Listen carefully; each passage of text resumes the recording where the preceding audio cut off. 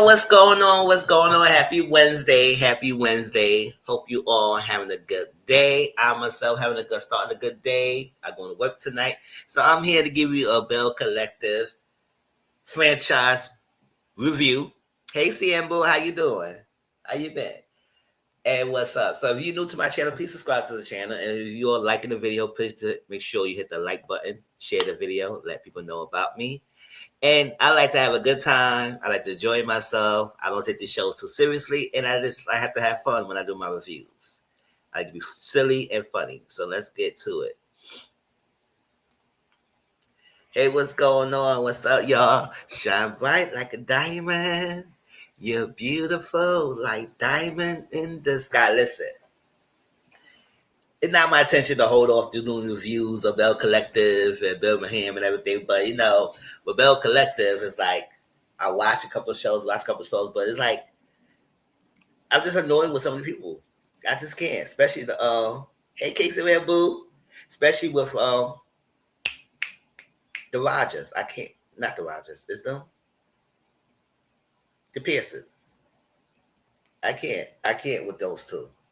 Every year it's always some issues, and then the reunion they act like they all good. So right now I'm not gonna be all heated or whatnot, but I will have some things to say about their relationship and stuff like that. But hey, I know I haven't been taking no notes on no freaking Bell Collective. I took notes on Birmingham, so we will be talking about that as well. But we're gonna talk about Bell Collective first, and then the new spinoff of the franchise, branch of the franchise is Bell Collective Birmingham. And to be honest, Bell Collective has been one of my favorite Colors King shows because I do like the concept of the show and I like the ladies like that. Some ladies I don't care for that much, but I do like the collective. It is in a drama and whatnot. More so than Love and Marriage Huntsville. Like I used to love Love and Marriage Huntsville, but y'all know my journey with that show. I don't review it. I don't watch it anymore. So that's done. It's back burner. Is it not? Right. So Bell Collective to me is like the only show that I watched of him so far until he come back with Growing the Gospel again. It's like that. I like that show. I ain't gonna find. I like that show, but let's get to it. Since I take no notes, this is gonna come one out of my head. But listen, how y'all enjoying it? And also, how y'all enjoying the Birmingham? Y'all liking it so far? How you feel like Stormy B is the anchor of that show over there? Because to be honest, I didn't really care for Stormy that much in Love and Marriage Huntsville. So I wanted to give her a second chance. I said, but I will commend her for being a great businesswoman.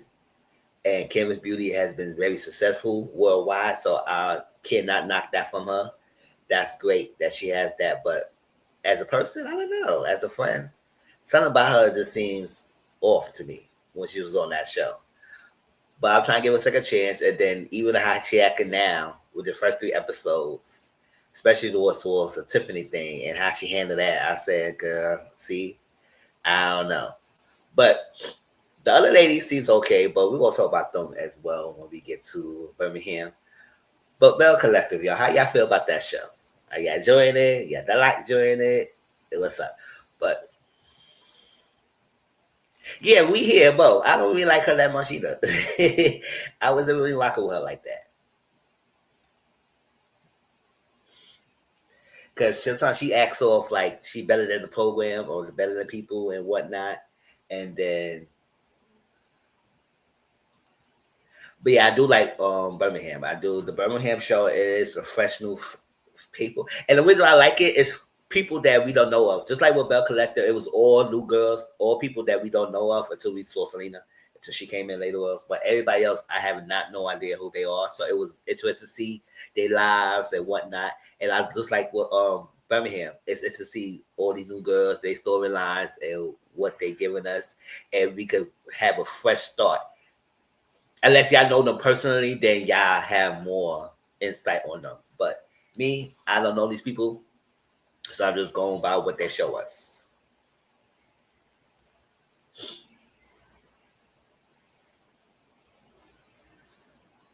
So far, I like good Birmingham. I didn't see her on Love and Marriage Huntsville because I stopped watching like season 1 or 2 mid-season. Can't remember, but I'm enjoying her.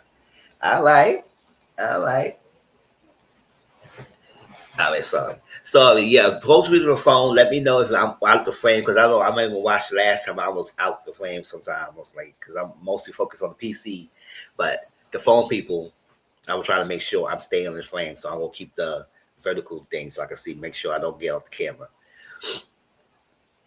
All right. So Bell Collective, let's get into that. So they said episode 4-10. So it's a lot of episodes. It's a lot of things, but so far it's really the progress has been mostly the same. So it's not like I'm missing anything. The collective as a whole, they got some work to do. They have some work to do to be safe. And I agree with Tim, but like the collective is not a safe space sometimes with some of y'all acting like you good for the collective, but you bring people in or you do things to make sure they're not safe. Now, this whole thing about Timber not sharing anything, like I said, I have Joy Timber. I don't have a problem with her. Like I said, they didn't like Timber sharing her life or whatnot. They could have let go Timber a long time ago. But so far, Timber is giving something they want to have her continue to go. I know they want to continue her because she's part of the collective if she works or they like her. So I feel like if she was born and she was whack and she not sharing nothing, they could have been let her go.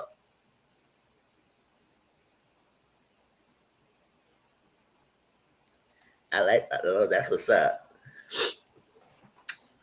But with Tim, I had no issue with her. And I also like to do her voice sometimes. Tampa Sherry. The mind is working on our relationship with Monday Simone. And the collective. So, that little squeaky voice is so funny. But her not feeling safe with some of the couples. I understand because Leticia, the main one who's supposed to be the anchor of the group, do a lot of things behind closed doors, and then when she get called out on it, she act like she don't know what she's doing, and then she want to apologize. I said, "Girl, you the main one who acting stupid." Like the whole meeting with Tamba's ex, that was low blow, and the other stuff that she has been doing behind the scenes. She had been on live. Now, with Maria, with Maria Latrice, they were back forth since season 1, so it was fair game between both of them. It was fair game between both of them, so I ain't knocking them for that. But Leticia, you was acting like you was not doing nothing. You was all cool, you was all neutral, but at the same time, you was all doing things behind the scenes. So I said, girl, people ain't rocking with you. And then you bring this Dusty behind Shantae here, like we care for her. I said, I like, listen, if you didn't want Amanda around, Shantae should not be around either. Yes, I said it. If you don't want Amanda around, then Shantae should not be around.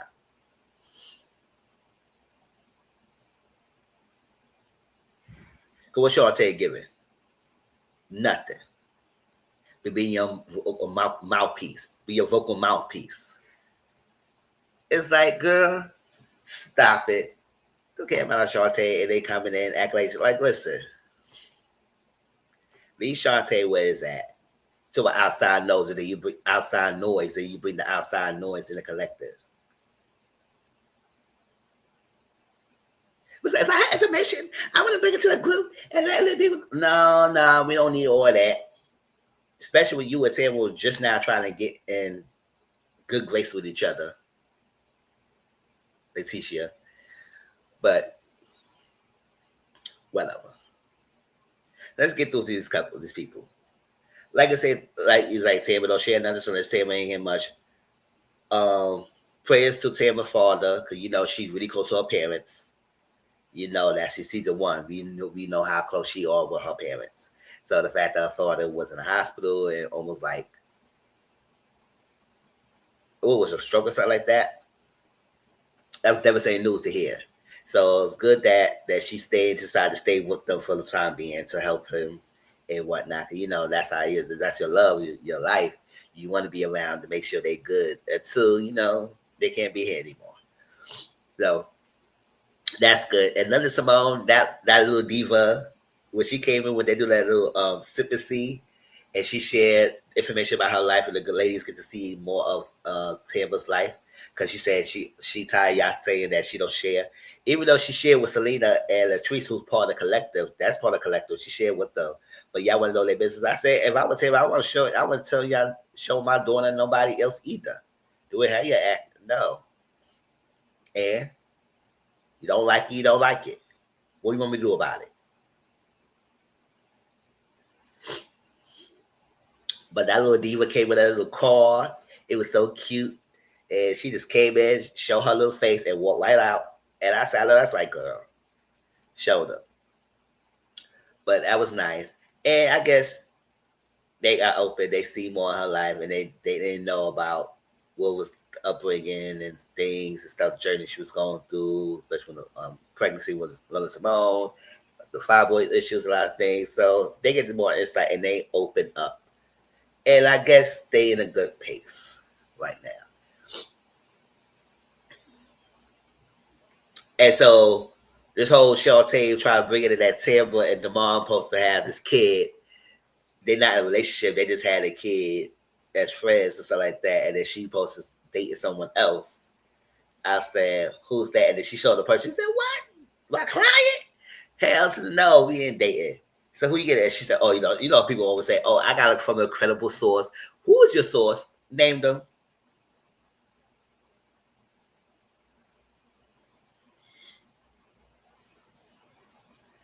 I said, girl, bye. Whether her demand get married or not, all we know that she been dealing with this guy for years. On and off, whatever happened, it is what it is. They got a baby together, so.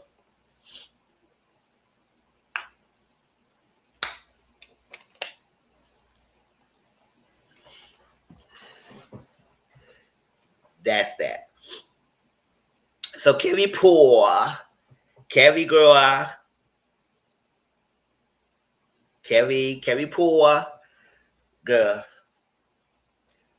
With her, what this business is, that mobile brick and spoon shop, let it go. Close it down. I know sometimes people, I think people in restaurant businesses like that tend to do too much and don't realize when to stop. Granted, remember, if you have a successful business and you want to keep expanding, that's fine. But when you expand to the third person, the third shop, opening a restaurant, yes, can be poor, and it's not working, then you have to cut your losses. Sometimes y'all like just hold on to things that are hurting y'all more than helping you. Now, you already had two, so you never fail. It's not failing. I know sometimes hurts to fail and to see something that you passionate about not working well, like your other two successful business, but you will hurt yourself more if you keep it around. So cut your losses. I think she put up for sale, but it's taking a little while. And also, I know the reason why she don't want to sell it too quickly because she's the employees that she hires. She don't want them to be jobless, which I understand. Like, I do understand that greatly. But I said, you have other locations. Can you probably relocate them or whatnot? But it's tough. I understand that she's trying to hold on so much as possible to keep them. But, other corporate don't give a damn about us. They can let us go in 2.5 seconds.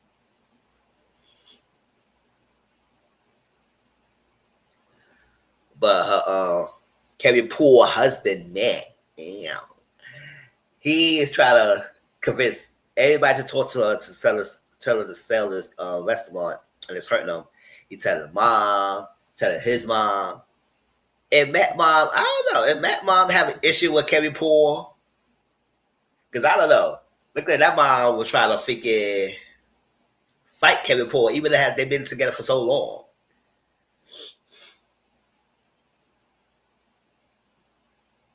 Man, forget Brick and Spoon. Why you mother-in-law look like exactly? I don't know. That mother-in-law look like she about to duck your buck. No, if you buck, what? No, if you buck, and you ready.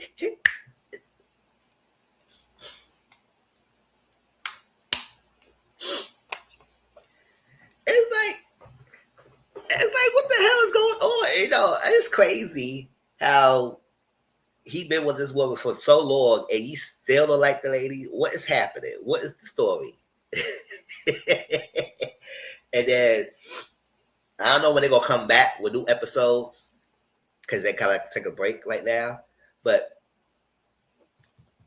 I can't wait to sit there because she said, "Oh, I'm gonna talk to her. Let's go. Like, what's up? What's up with that?" I said, "Man, at the end of the day, we do. She does know she needs to sell that restaurant or whatever it is. But you try to talk to everybody in the mother to try to convince this lady to do what she got to do. It's like, boy, let it go."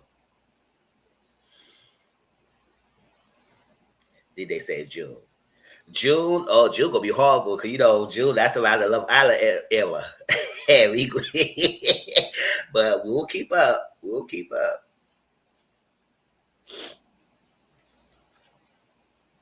And it's crazy because Love Island UK and US is starting around the same time, one day from each other. One start on the first, I think another one start on the second, or the second or third. One or two, but they start right back to back. So baby, child. And I don't know if I'll review both of them. I'll definitely probably review the US version, but I don't know about the UK version because UK be so long and dragged out. Long and dragged out. And they just spice it up more, like the US version. But they could be more devious in UK. I ain't gonna front. I do like how they be playing. They don't play no drama. If I want to talk to you, I'm gonna talk to you. I don't know what it is. So the drama was there, but it just was dragging. The US version is more fast paced, but we'll see.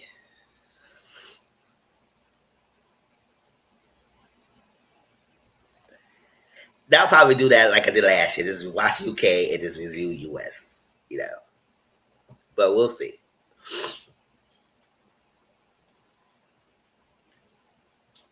So they're coming back at you. All right.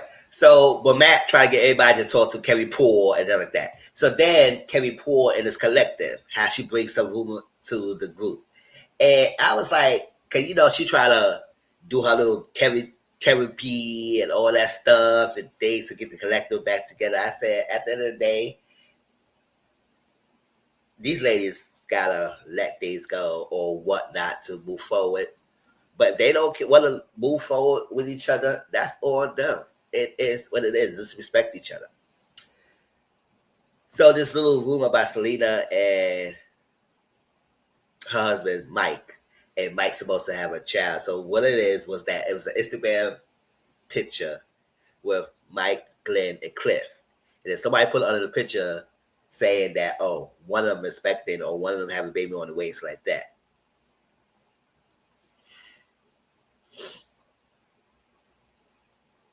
And that's so they didn't specify who it is. So it was like, what?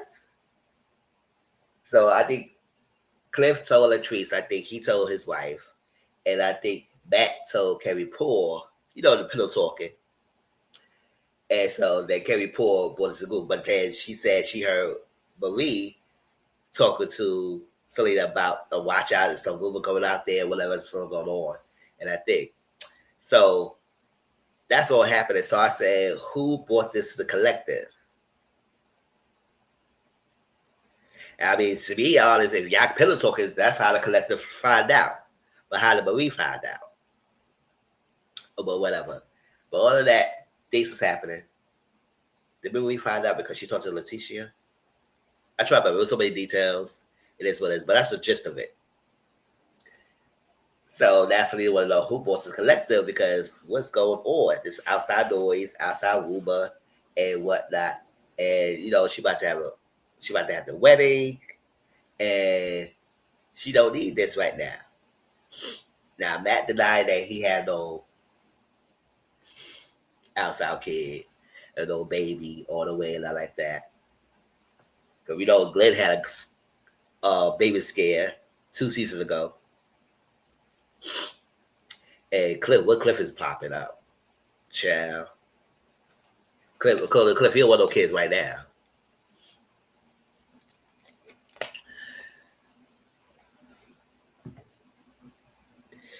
So that's the Kerry Poole. Who was going to? She's like, well, I was saying I only say that, but because I saw you talking about me, you talking about it like that, and you talking about it like that, and then also like that, and then so I said, they Cliff and whatnot, So Latrice was not having that. She said, "You trying to blame my husband? It's like he pulled it into collective, even because he's been to talk to me." But I didn't say that because it was not my thing. But Latrice and Selena are cool. So I was like, "Child, this is crazy. This is crazy." And I said, "Y'all got nothing better to do."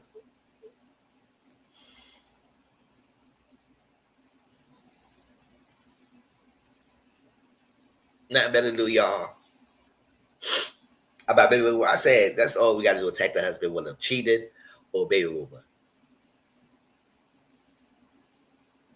I guess the collector's board. Find something better to do, y'all. So that's the one that's going down with the collective with this whole thing. So she just trying to know. But push forward with the Selena though. Selena, girl, you lucky. I know Matt want to have your teeth done and good. You got your little nice smile and you happy with that. But baby girl, when you go to these appointments or doctors, you need to let them know everything because you could have almost lost your life trying to get your teeth done so you get married. It failed to tell them you had high blood pressure. Now, and you had to go to out of state. I say you couldn't do it within the state. Why you have to go out of state? I don't know if it's cheaper or whatnot. But they went to Colombia to get teeth done. They asked her, did she have a disease? She said no. But I think she was thinking about that, like the prevalent ones, like HIV or any other disease or cancer, something like that. She was thinking about that, not so much letting them know that she had high blood pressure. But I said, usually when you go to the dentist, because I know when I went to my dentist here, they had a sheet. And maybe the Colombian people shouldn't have asked in that kind of way. They should have asked prevalent like list of different things that affect you and let you check off what it is. That's why I did my dentist because they had like a sheet. And they say, do you have asthma? Do you have HIV? Do you have high cholesterol, high blood pressure? This, that, this, that. They have a long list of things. Diabetes, it's like that. And you check it and be honest. Check it off. So if they would have asked it that way and she would have mentioned that she does have it, then they could have proceed cautiously because they do anesthesia and all that stuff on you, right? And your pressure was going high, and they said, we gotta hush this down. We gotta wait until next day whenever I get it done." I said, "Girl, don't you lose your life for no figure being vanity and then telling people you have high pressure. You let everybody know. That's what you suffer from. Let them know." And maybe Columbus should have a checklist instead of asking, "Do you have a disease?" Because I said, "Selena, good, you good. We don't need you to go because you got so much else going on." And she suffered from seizures too. She had seizures in the past, so it was like, "Girl, you good?" But she got a nice smile though. I ain't seen nothing wrong with her teeth before, but when people maybe got an overbite and stuff like that, or stage or teeth behind their teeth, they want to have a beautiful sound for the wedding. So I understand you want to look good for your wedding day. But girl, you almost lost your life. And another country too. And I say, damn, you don't know what to do. You're in another country. Your family's not around and stuff like that. So that's why when you go to another country, you don't be doing so high risk thing. You just join the area, join the hotels, eat little nice little things. Don't do nothing high risk over there, and get your behind back home. Period. Because you don't want to be losing your life.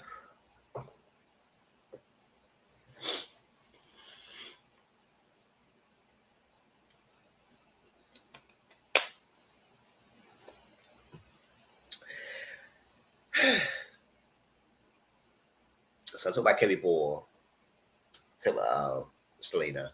She ain't had much going on.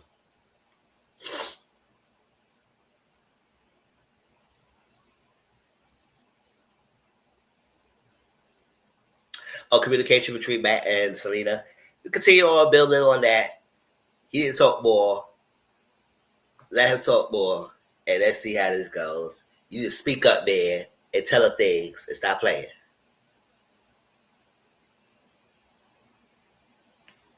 Yes. Now I'm about to talk about that. Thank you, Sia. Cliff doesn't need more kids. He has Latrice, and she's had the same age. Exactly. So, also, why Kerry's going at Marie? Yeah. Oh, yeah. That Kerry Paul and Marie going back and forth with each other. I don't know what's up with that.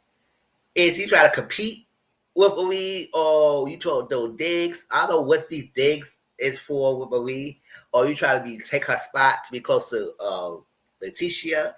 I don't know, because it is weird that she's just taking these little dad digs at Marie.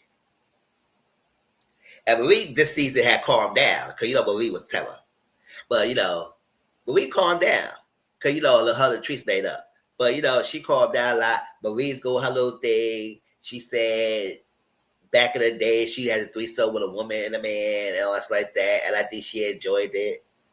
Or no, I don't think she said she enjoyed it. She just experimented. It was cool what it was, but she don't see herself being with a woman with a woman. But at the end of the day,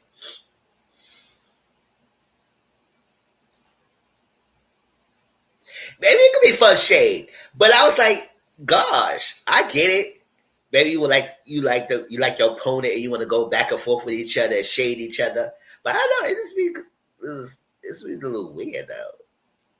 And then especially with this movement thing, you try to throw that like Maurice started it and put it to collective. You got the idea for Maurice. That's what you want to roll it up to collective. And Maurice said, don't try to blame me. Like I put it out there, nah, girl.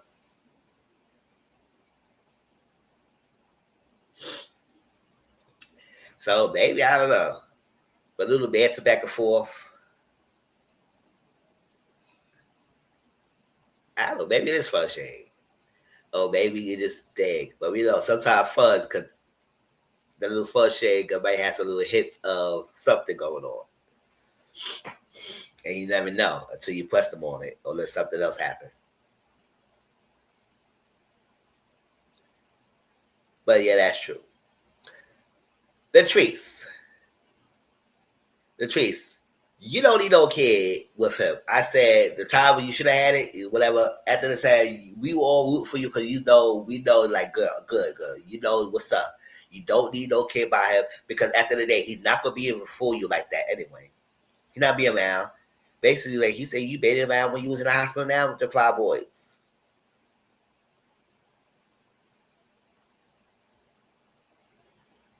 Yeah, we'll see more between those two. If it's more something going on than it's just the fun of it all. But we'll see. But we all say, Latrice, you don't need no kid by this cliff. First of all, he already have 5 kids as it is, and most of his kids is close to your age. And you got step grandkids. You don't need no kids. You got his 5 and you got grandchildren. You good. I know you only want it now because you go through your 5 boys journey. No, she go through the 5 boy surgery. And she's scared of that. She had the blood clot in her leg, and she had to get that fixed up. And then the 5 boys. She got 1 surgery and then it came back again. So she got to get more done. So it's like, so that's the reason why you want a kid now with him. Now that Cliff doesn't want none.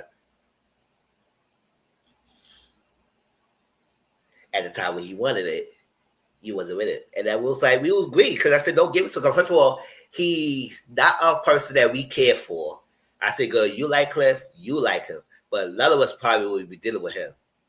Very misogynistic, very traditionalist. Yeah, I think she said her feelings too. Because a good deep dive, he really wanted, you could have had it. But we was agreeing with her, but not doing it for him because she not in a space that she feel comfortable having a child with him.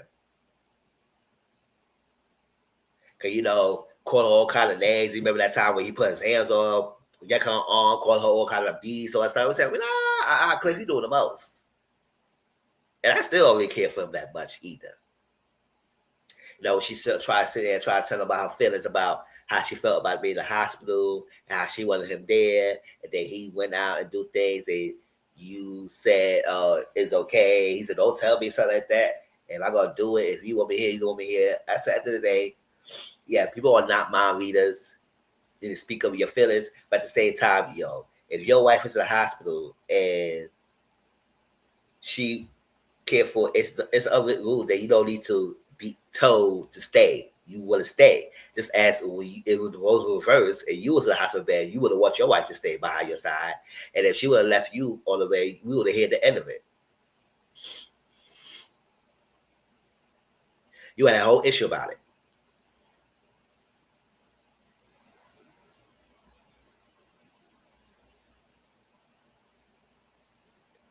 So I don't know. And then one person Latrice saying that he always there for her, and she knows she go without him, but then other times she always say that he doesn't be around and I need him to be. So I said, what is it, girl? He's always there or he doesn't be around? Because I can think about the latter. I think more so the latter, he's not around that you want him to be. And that's when your hesitation on wanting him to bring a kid in the first place. And not only because you want to do it now because you go through the surgery issue. But I said, no, don't do it because you go through surgery and you got fibroids now. You good.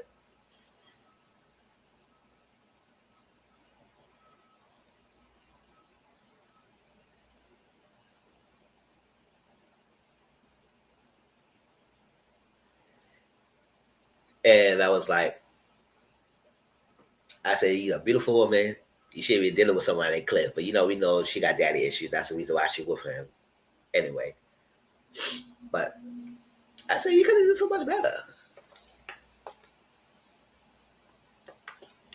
And the whole restaurant, I said, girl, I know you want to do everything, but hire someone like a manager to manage your shop, manage your restaurants while you're not around. You don't have to do everything on your own. You own it, and yes, you make the big decisions. But when it comes to bosses and big decisions like that, and running restaurants, you need to hire people to do things for you. That's of course to be the boss. That way, let the money make for you, and you have to go work yourself.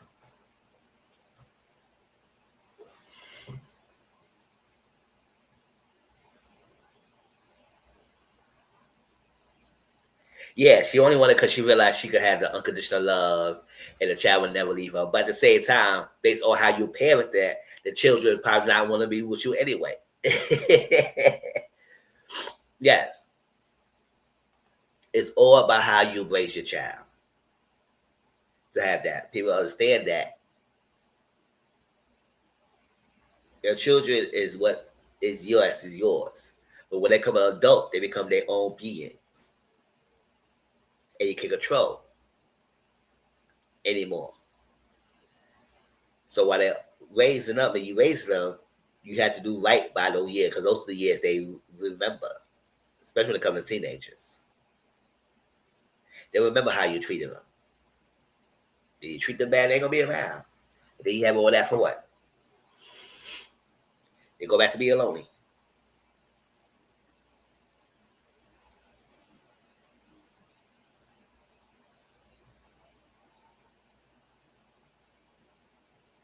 If people bring children in messed up situations, no, they should not bring them in these situations. But the selfish need of them is what they wanted. So, girl, Cliff don't want no kids, and he talking about getting a vasectomy. There's a lot of guys in this show is talking about getting a vasectomy now. I said, I wish y'all all would took the vasectomy more seriously. I feel like a lot of guys should be on some vasectomy and then get off of it when you ready and you are capable to raise a child. So many guys out there having children out there and then not raising them at all, just owning them, don't care about them. And then you would think about vasectomy after the fact. No, do it before the fact, before you get intimate, all that stuff, and know what's up. Act like y'all don't know how freaking babies get here. Like, or act stupid. And ladies, don't fall for the okie doke. Oh, He's fine. I don't do no. You know you could get pregnant too. So stop acting stupid. Y'all just love to drop your freaking guard down when it comes to the people you really infatuated with. Stop it. That's smart up.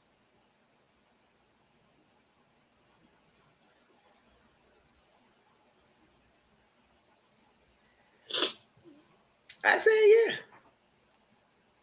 Might as well get that vasectomy. Shit.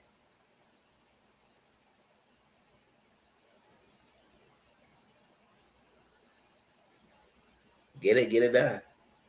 I wish more men does that. How this country like to regulate woman's body, they should regulate men's body too. But you know they ain't gonna happen because this is a patriarchal society. They will tell you when you cannot have a child.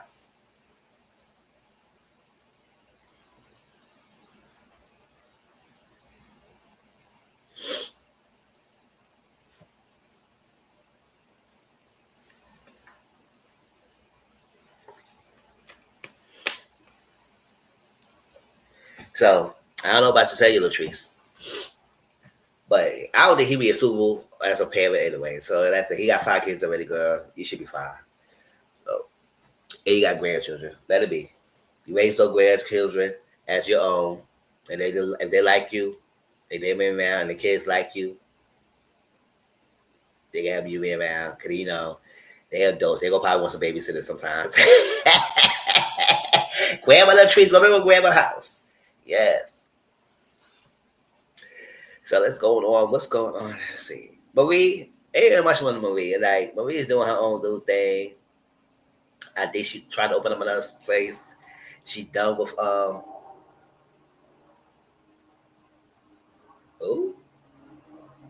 what's his name? I guess it ain't that important to remember his name. That dustbag, that dusty ass cheater person, husband was, ex husband was. She done with him, and she doing her. She's talking about her son doing the little thing, doing his own thing. Ain't much going on with Marie life right now. So that's all right, Marie. Do your thing. Oh, Cedric, that was his name. Okay. Oh, I wish I still forgot. But it just popped in my head. So, child, that's that. Who else is left? Oh, I should have got them out the way first, but you know, there's so much going on with them. And so let's talk about Leticia, her dusty behind.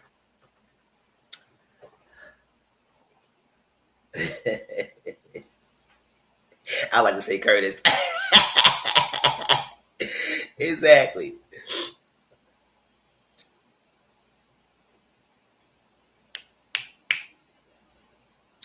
Leticia. So it must be a reason why she got on this show to have her own. But I don't know what's to have your own when you always let this guy control everything. Like it was crazy at all this time. We were thinking that she doing her own thing. He does that.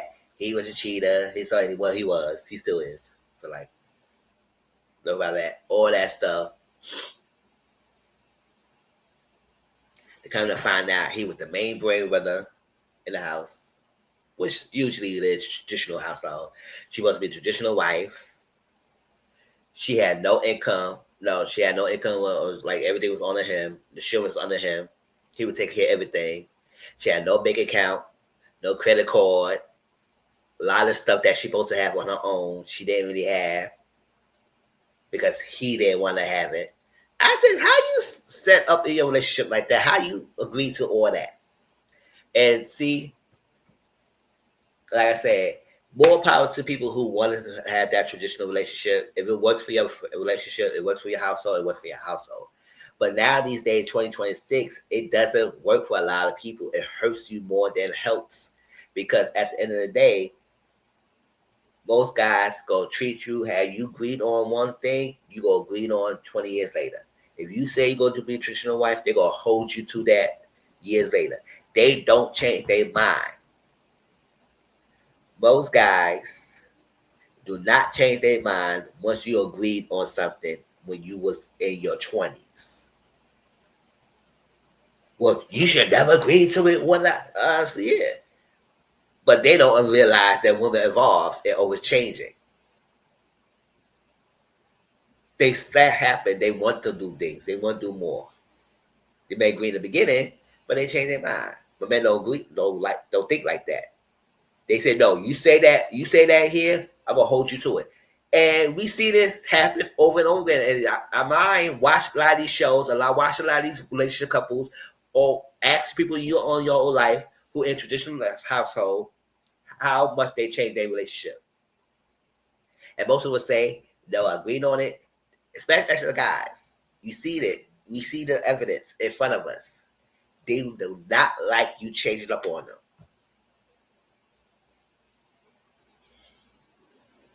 So she doing these brunches and woman empowerment and all this extra stuff, and don't power your damn self, girl. Even power your own self. How the hell you got no credit card? You had to open a line of credit for your mom. Your mom should be retiring in her own best life, but they gotta be helping. Like, moms always gonna help their children, no matter what. No matter how old you get. If you close to your parents close to you, like my mom was close to me, she raised me. No matter how old I get, she gonna still treat me like I'm a little baby. Yeah, 40 years old, she still treat me. But that's moms. So it's like your mom had to help you get a credit. I don't even think you had a 401k. I don't think you had a lot of stuff. Everything was under him. So that's why he acted the way he acted. You had been doing this all these years, letting me control the things, and now you want to boss up, be independent, which is fine. I mean, I'm not mad at her. I want to be independent, but don't try to portray that you teach other women when you don't got your life together. Don't front it. Don't front like that. You anchor the show, and the anchor need to help her damn self.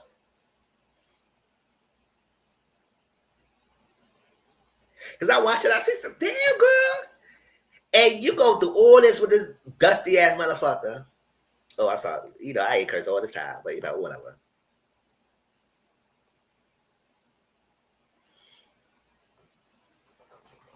And that's why he wasn't leaving.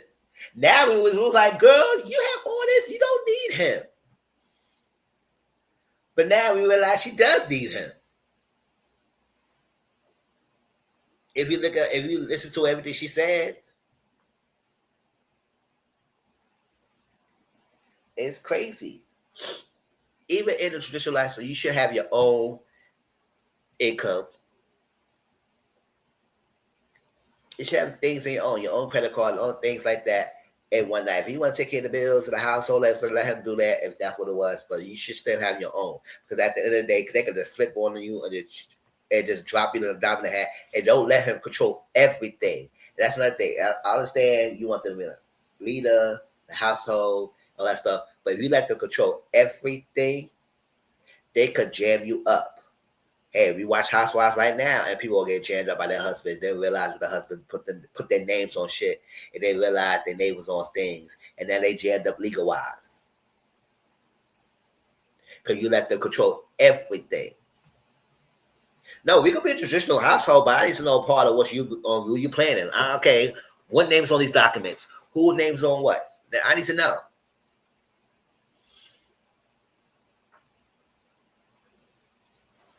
And he don't trust you enough to let you know about things, to keep you in the breast of it, then you should not trust them to handle everything. Especially when it comes to finance.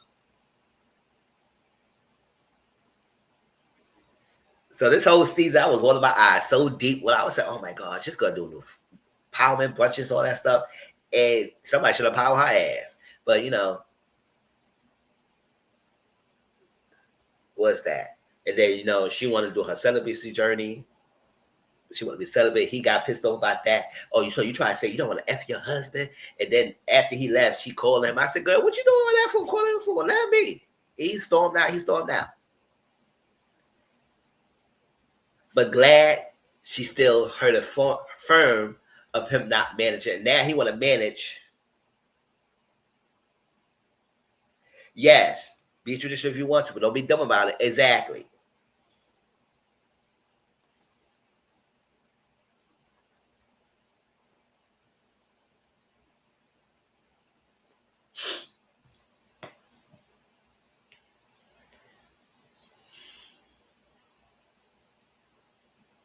Now he want to manage her business. I said, "Oh, Dad, you want to manage her? No, no, no. Be the husband and be a good husband like you supposed to be, and stick with that husband role. Just because you're the husband doesn't mean you gonna get control to be my manager. No, don't let him be your manager at all. First of all, he shouldn't entertain him try to talk about being a manager. That's when he got upset with that girl named First or Black, whatever his name is, Big. I won't give him a name because I don't remember his name. Big, be that the figure manager, and she had like that. And then him and Big had an argument. And he want to go fight and all that stuff like that. I said, "Oh boy, sit your ass down. He ain't gonna touch nobody."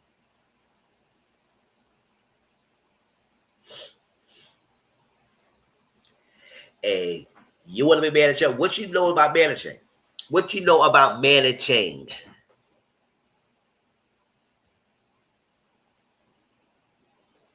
What skills you have to be a manager?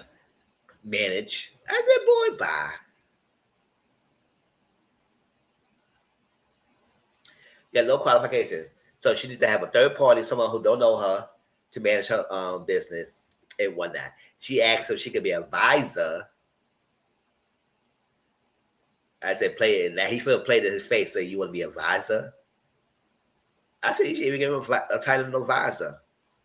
Let him be a husband. Keep your business separate from your husband. If you want your independence, your husband should not be involved in any form or shape or fashion of your businesses. Period."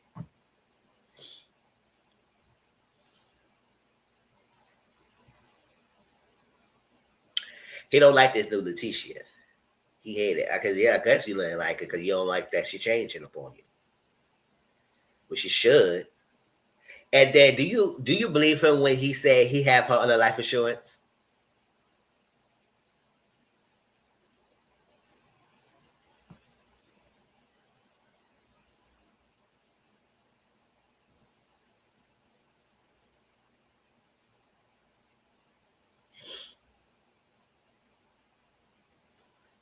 Because when she asked him who the beneficiaries, he said his mom, and then he said his son, and then she saw her face while she's like, "Oh, oh." I said, "Yeah, if you have a whole wife, why the hell your mom is your beneficiary? Especially if you're married." Oh, he said, "Oh yeah, you on there too. It's split three ways." But when had you paused about answering that, I said, "Nah, nah, nah. I don't believe that. I don't believe that she's on it." He saved her face by saying, "Oh yeah, it's split three ways." But even so, I said, "Why be split in three ways if you are married, you have a whole wife? It should be between her and the son."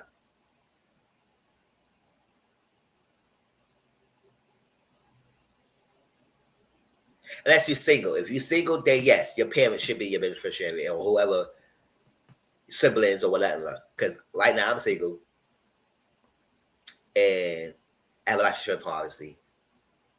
If that happens to me, then my beneficiary is my mom and my younger brother who I grew up with.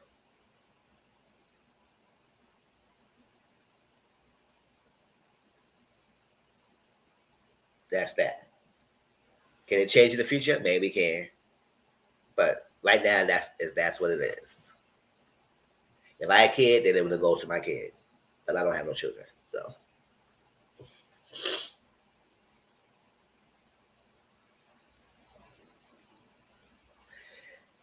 So I don't know. But Letitia, you can't be no anchor of the group. You can't anchor nothing. You can't anchor a collective. You can't anchor this relationship. You can't do nothing or empower no other woman until you get your ass together. Have your own bank account. I guess you got an old credit card now. And then she talk about posting up. And now he upset about that posting up talk. I say, yeah. Post up is all talk about splitting up the assets of the stuff that you have built together in the freaking thing. If something does happen, what it is, what was agreed upon and spoken up, that will go to what and what to what parties. And now he's talking to his lawyer about it. I say, yeah, you might as well, Chad, because she's talking about it. Listen, when she put plans to action, put plans to action. Don't give him a chance to talk you out of it. Do it. It's the way how this guy is acting. Boy, bye.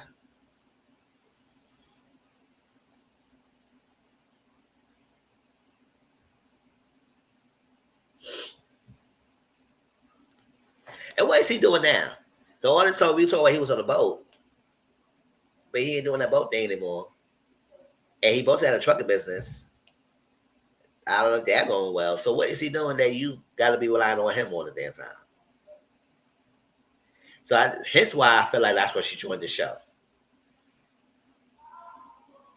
It's maybe before we even find out the truth about all that finance stuff going on. But now we know the truth. Maybe that's why she joined the show, to have a little income for herself.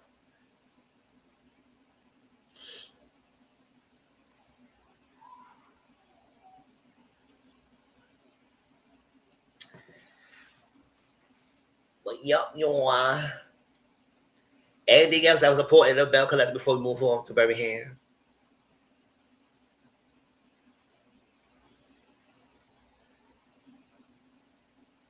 Oh yeah, Letitia and Latrice get making amends.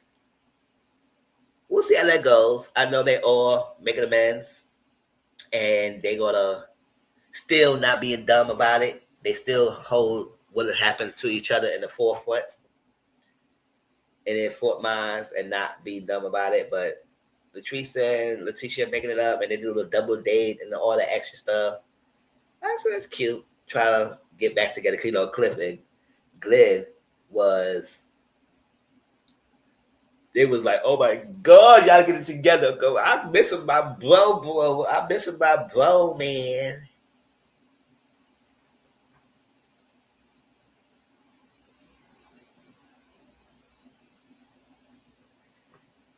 I miss hanging out. I miss my boo.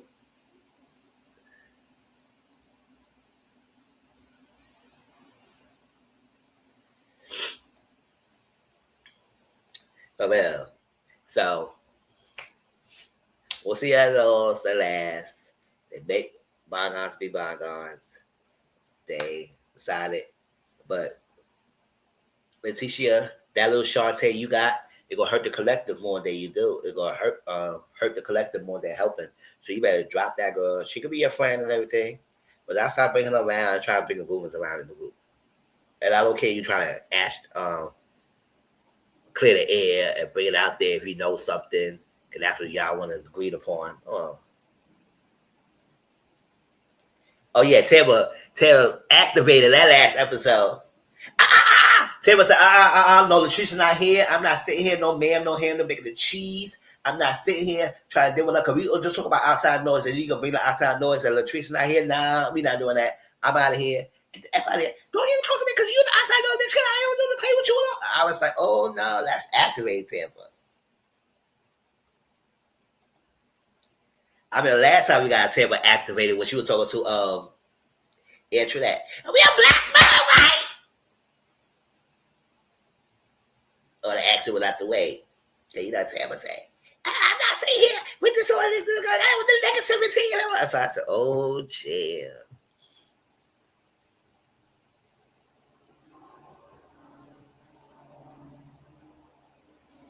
F. Shante. And if I was vindicated, if I was vindictive, I would bring back Amanda. I don't care.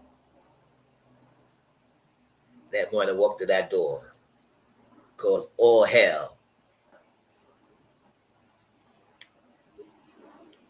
Mister, why you brought the man around? And I did it.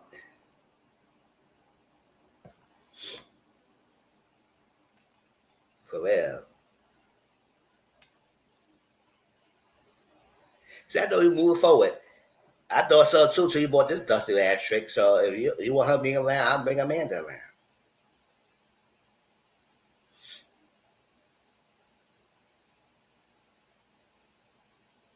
You don't get to do what you don't get to do whatever you want to do.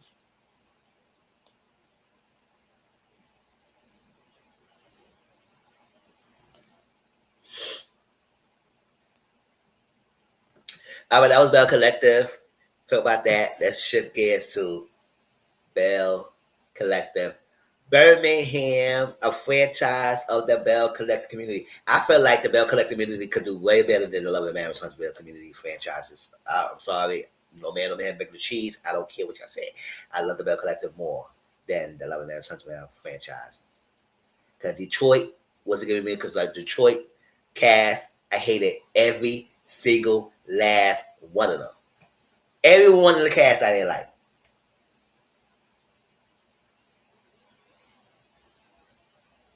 For real. She didn't show out. She just said, oh yeah, he was texting DM me. He gave me money. He may give me that chocolate dick every now and then, whatever it is. I don't care if they did or not, whatever, allegedly. But yeah, she was chill. She wasn't a bad thing. But I would say, listen, you gonna be Sean Tapping Amanda. It's like that. Detroit, I laid her every one of the cast in Detroit. And then DC, I don't know, they messed up DC. They had showed them the second season, and then they had a whole out a year break, and they came back with the same season. I said, nah, y'all messed up that show. Let's call it Color Day and whatnot. And I gave DC a chance because Monique, and then she got left. She left that show, whatever. And Winter was the star of the show, but Winter left, and then that's that. We ain't saying no more. But let's go to Birmingham. I mean, let's show you the picture of the cast. The first time showing after another review. After I do another review of Birmingham again, y'all gonna be familiarized who the ladies look like. All right. So let me show you the picture.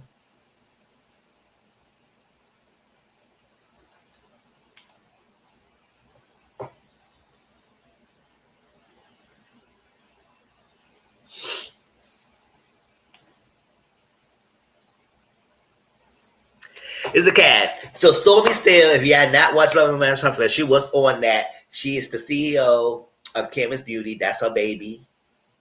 A well-known, worldwide beauty supply merchandise that's doing really well successfully globally and also in TikTok. So more power to her. Stormy Steele is the anchor of the Birmingham cast. So because she loved Love and Marriage Huntsville, and after 2 years, she became back. So now we see her again. Amber Jones, she worked for Campus Beauty as a let me try that. As a CEO of Campus Beauty. Oh, so well, Stormy's the owner of Campus Beauty, and I guess Amber is the CEO of Campus Beauty, working for Stormy. They've got Tiffany Jones, the blessed one. I said those blessed ones. Listen, they in trouble. They're in trouble. Every time we get somebody who's so holy and saved and blessed, they usually the one that give it the most drama. Because they judgy toes and all that extra stuff. But we'll see how Tiffany is. And then we get Food Me Ford. Now, something that Food Me said, don't be off in that first episode. We will get to that when we talk about it. But she explained herself. I still don't agree 100%, but at the end of the day, I understand what she's saying. Whatever it is. Whatever. And then got Kayla.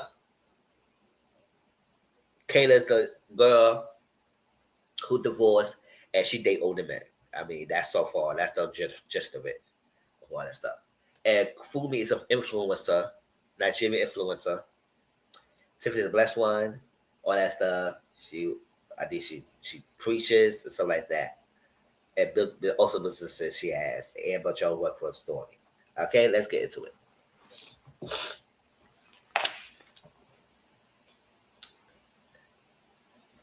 So y'all see them? That would look like. That's our kiddo for it.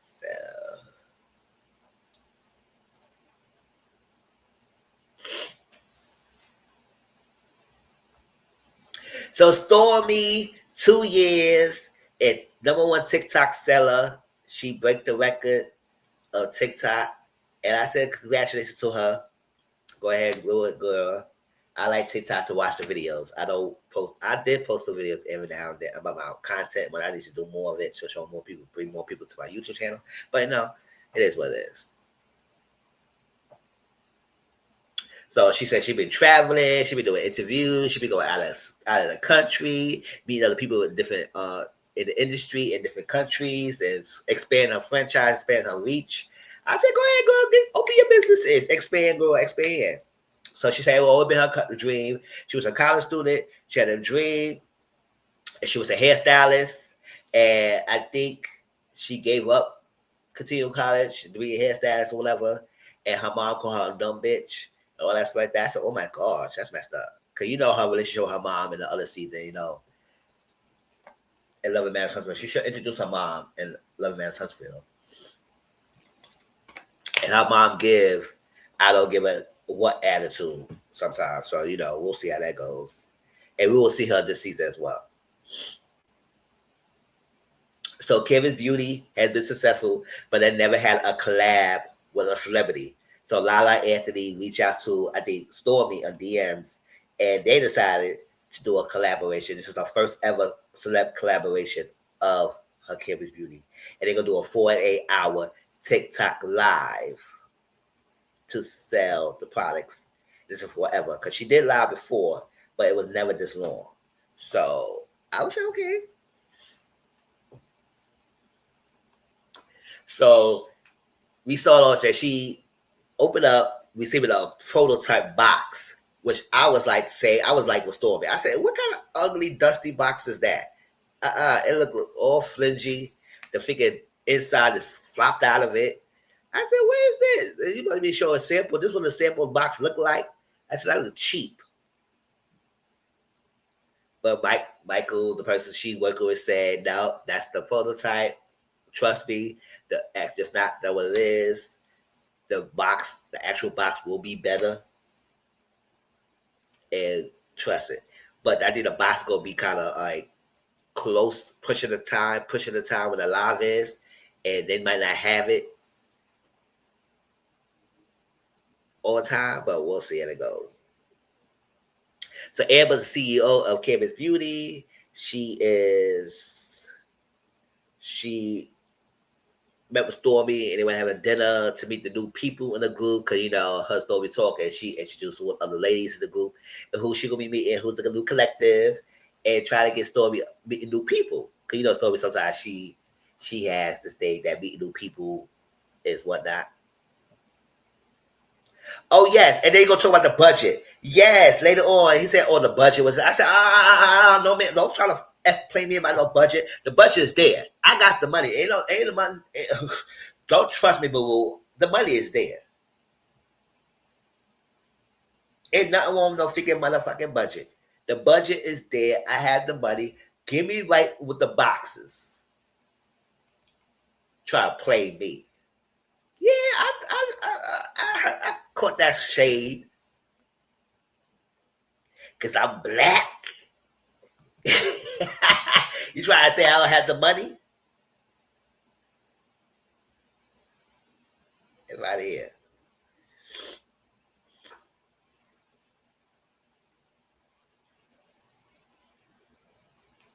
Said the box, they said gonna be like delivered by February 23rd. But she said she gonna be live in January 30th, so it will be late. I said, oh damn, that's a whole almost a month later. So what the hell's gonna be going on? How you get the box? So Stormy's crying because she didn't like the box, and the box is gonna be late. It's too much. It's her 48 hours live is coming up in like a couple of weeks. What's going on? So she got her little new dog like Trey. She said the Trey was an abused dog. He is her emotional support pet. So that Trey's a little cute. He got 3 legs. She carry him out. She carry him around a lot. So that's what it is. So Kayla, she's a teacher. She teaches people how to model. She into modeling and acting. She prepares them for the modeling and acting. Well, I think last time. And so she said the reason why she started off with that, she had a daughter that was in the movie, and people said, "How you get your daughter to do it?" And so she said, this is what she did. But then she started realizing she could make a money out of business out of that. So she started opening up her own thing, trying to teach, help others. And that's how they came to be what she's doing now. And she said she has been divorced. It was finalized in September. She was 17 years old when she got with him, and he was like 32. I said, "Oh, child, this age gap." First of all, that guy predatory. What the hell you doing with a 17-year-old? What are you doing with a 17-year-old? Other than snatching her youth up.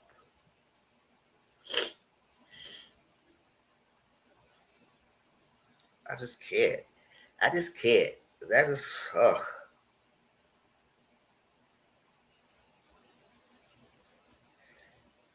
She was a hooter girl. A hooter girl. I said that won't be the hooter girl, and that's what it is. That's how you got you. Maybe that's how you started dating you, or something like that, because you were a hooter girl. Now Tiffany, she's a praying mother of three, the wife of Willie Jones. Like she introduced him like we supposed to know who he is. I don't know, remember who he is. Do y'all know who he is? And if he is well known, okay, my bad. She got multiple businesses, and she's the Christ girl. So we saw a scene where her leading Christ prayer, and Amber is part of it, and whatnot, helping women each other in Christian life and whatnot. I said, okay, girl. So we get Fumi, Nigerian born content creator. She got 400,000. Well, she introduced like we both to know who he is, something like that. Content creator, 400,000, lifestyle, fashion. She got married. She got 2 kids. She got multiple businesses. She want to buy a house without selling the house she is in right now. And then she talk about her close relationship with her sister, and her sister was like a mom to her and whatnot. And I was like, good. So during that time, she was talking about that Fumi was talking about houses, right? And in case of where, and I think Empress could tell you how I felt about when Fumi said this. So she's talking about houses, and she was talking about talk to her husband about getting a new house. But I said the one that she has now, which is crazy. But people like that got money, they got money. I'm not rich. I don't know a lifestyle like that. And if I did have that money, I don't think I would be buying all these damn houses like that either.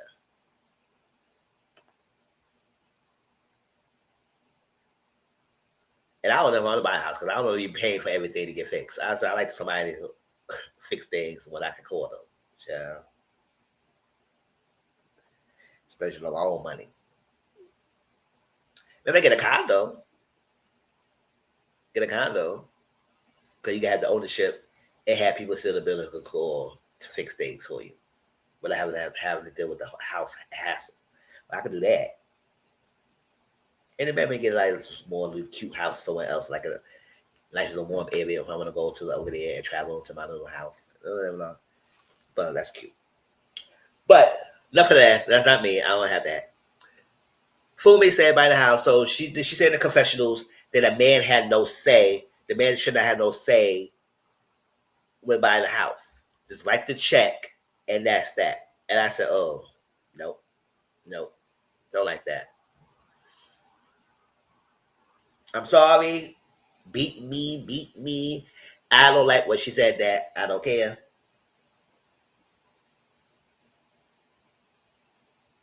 What do you mean they should have no say? Just write the check and you just do whatever you want with it. Nah, that's not me. Not me. If I'm in a relationship, nobody gonna tell me just write a check and you don't have no say in something. I said no. If I spend my money, I'm gonna have a say in something. I'm gonna say I'm gonna see with this house. Especially y'all both gonna be living in this house. It just want me the wrong way. I mean, I ain't pissed off about it because I don't give a damn anyway.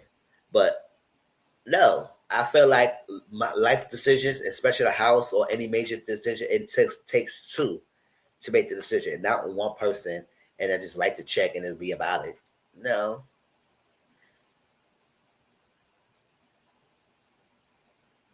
Because I got to get comfortable with the house too. Just like the wedding.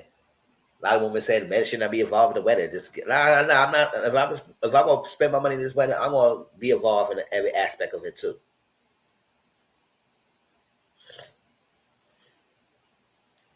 That's why I don't want no big wedding. I ain't spending all that much money for no wedding for only a freaking 10 minutes of when it's only 10 minutes of freaking ceremony and everything else is the freaking reception. So all that money to stay there for 10 minutes.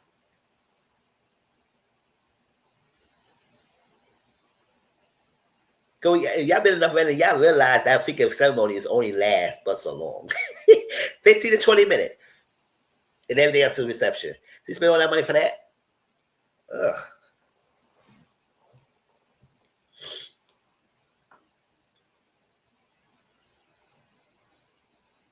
But yeah, but she explained herself. She explained it on the podcast. She said she still stand 10 toes down on what she said, but she did say whatever works for your household, work for your household. And then she said the reason why she said that is because she works at home. She works at home, and I think she said she's a stay-at-home mom, something like that. But no, she works at home, and then she does like the architect or the cleaning, whatever of the house and everything. So all that stuff, she's in the house. She's doing the most decisions. So yes, you should not say much about that because I got to be comfortable in the place I'm in. It's because that's she stay. But she did say she cleared up. She said, you know what, he should have the say and what about the budget and what it costs too much. I mean, this is how much I'm giving you, this is how much I'm spending, and that's you got to find a house within this budget. And like, if it's too expensive, he can have it say that and whatnot. But anything else, he should have no say. That's what she said. I said, okay, I understand your viewpoint, but it doesn't work for everybody else. So it doesn't work for me. If I'm gonna be involved and I spend my money, and if I decide to live with my partner, we are both equally gonna view and make a decision. I went here and just like to check it. F you. I'd rather stay in my own apartment. Yeah, that just me, y'all. Y'all felt like y'all like to fool me. Y'all like what she said. Go ahead. That's fine. I like Amber. She lived with her niece, Kylan. And her niece also worked for Canvas Beauty. But she used to do basketball, and now she does she play basketball professionally, and now she works for Canvas Beauty. And I guess Canvas Beauty orders like 5,000 boxes. They only got 2,400. And I said, "Oh, what's that? What's going on, y'all? What's up with the order? Like, who is involved in all these things?" And she have a problem with Kayla. Now, this is where we start with seeing Amber and Kayla. I said, what is going on with Amber and Kayla? Because it can't just be that we all know each other. At one event, she came in, she say hi to you, she say hi to all your son, and she ignored me, and they say hi to me when they met. So Stormy was like, oh my gosh, I like Kayla. Because Stormy like Kayla. And I think Stormy and Kayla had like sit down there and talk, and then she invited her to the event.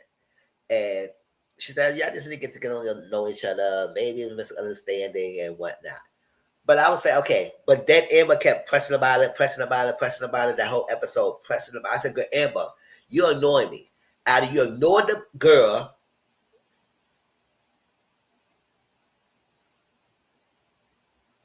or go to her and say hi to your damn self. I can't stand with somebody so agitated about somebody not doing something to you. Or you go to them and talk to them if you want somebody to talk to you so damn badly. You got two legs.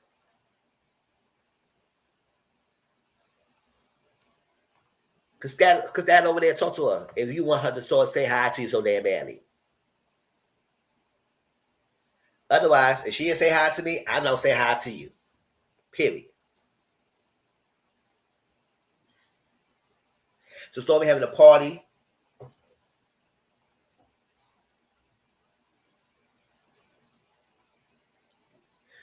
Stormy having a party. The manufacturer told her there's gonna be a better product of the box because she talked about it and she didn't like it. She said they're gonna be better and whatnot. She'll have a pre-release event. A lot of ladies is coming. Tiffany brought her boyfriend, her good friend Kendra. She said Stormy met Fumi through social media, so that's how they connected.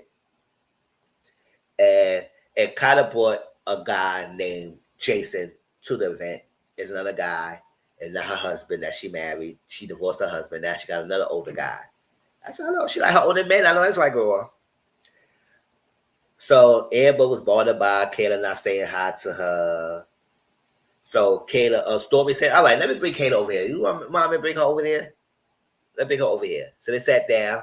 Amber mentioned what she had to say. It kind of said, "Well, I don't remember. I don't remember doing that. I don't remember doing that." I said, "Girl, you remember if you say hi to her or not. Don't try to play yourself. But I won't give you a benefit of the doubt. If you don't remember, you don't remember, girl. But I don't believe you say you don't remember." How many people you hugged that damn night? But she said she don't remember, and it was not a malicious thing. And when I so continue from last week, the episode 2, she said, Kyla said, "It's not on purpose, girl. It's not on purpose. I did not ignore you on purpose."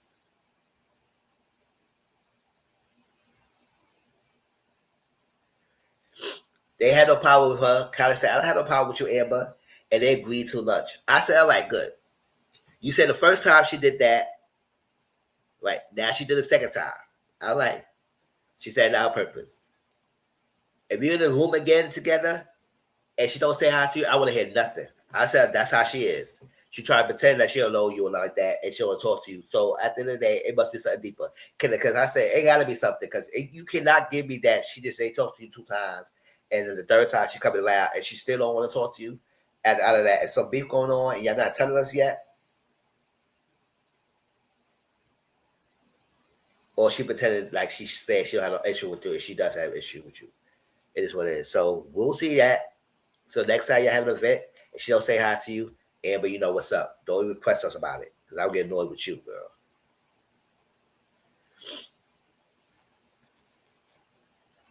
So Tiffany is going to have a game night. She said that's really big on what she does. Her husband does this couples night and it's game night and it's great. You got to be a plus one. You have to bring your partner and have a good time. So she talked about the t-shirt and hat line with her husband. Right? It was weird because I said, what is going on? What's this energy?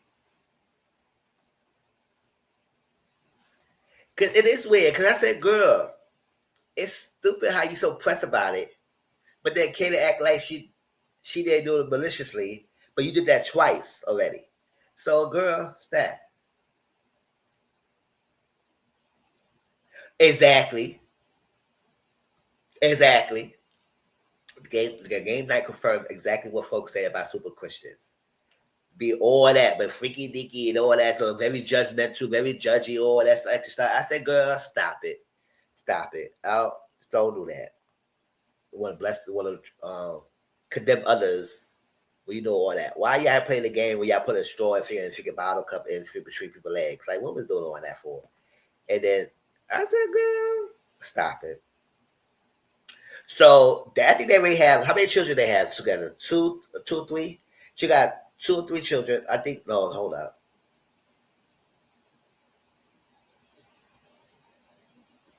I think they got one together, and I think he got 2 before, or one before her, whatever that. I think they got 3 together, raising 3 kids. So she wasn't a baby. And he said, nah, no ma'am, no hand to making the cheese. I'm not giving no little kid. I want to get a vasectomy. I want no one more kids. And she was taken aback about that.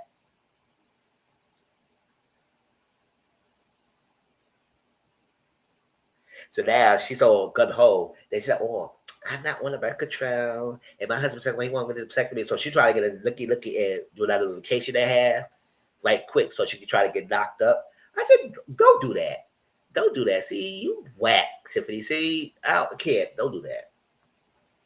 And y'all think it's so cute at the end of the day. It's like, at the end of the day, yes, you have money, all that stuff, all that stuff. But if the person, your partner is not ready for another kid, listen to that because it's going to hurt your relationship.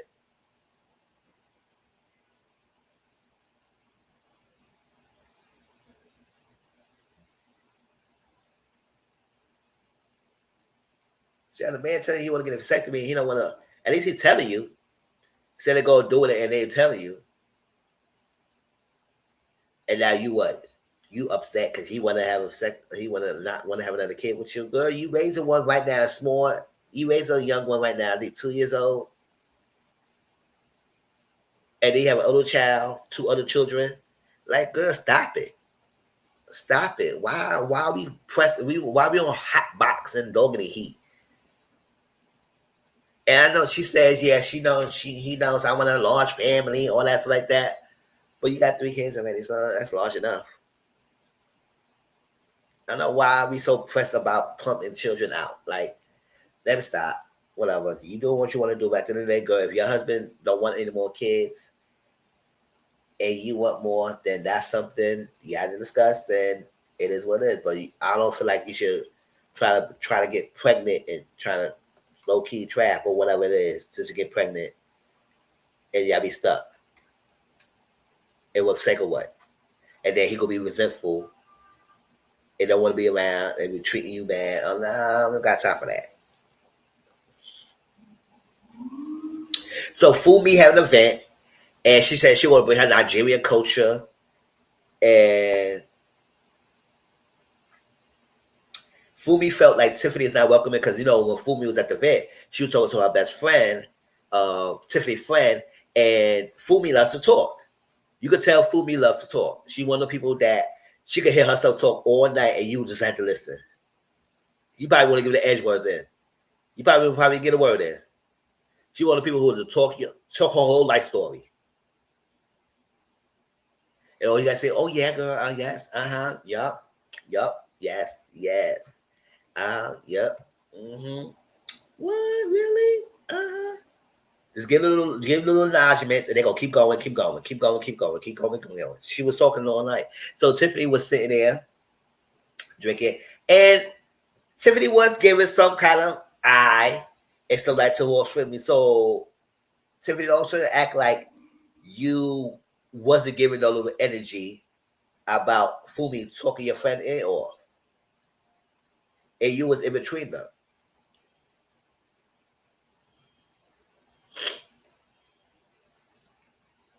So Fumi felt like Tiffany is not welcoming.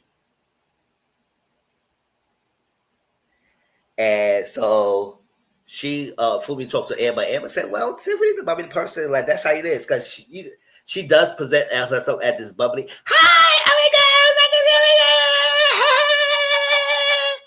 God. And then you could be that, but also you could be a mean person to other people. And sometimes you don't realize you give it off. And then you got this crisp life persona to you. You could be a little judgy.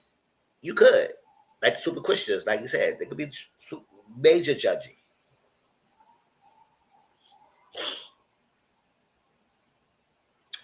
So every time I think Stormy got there, or Amber there, and then Stormy got there, and then every person was coming in. Trey was cool and calm, collected. Trey was a Stormy arm, being cool.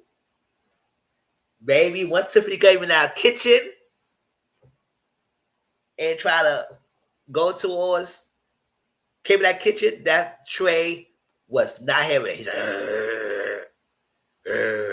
that dog felt the energy. That dog felt that energy, that spirit on Tiffany, and that dog was not here for it.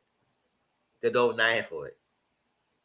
Because they say sometimes dogs and children can feel a person's energy, and they can tell you, not all the time, they can tell you sometimes if your baby is usually calm and collected around people, and then they met somebody and they all They act up. They say, "Oh my God, he's not like that. He or she is not like that. He's not like that." People, I said, it must be something about that, and that person, he's not feeling.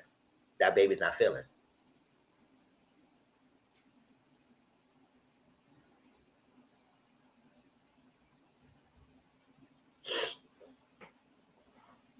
That Trey was not feeling. I was so laughing. He said, I said Trey was activated. I said, that's right, Trey. So Tiffany have couples night, and Fumi did not get an invite.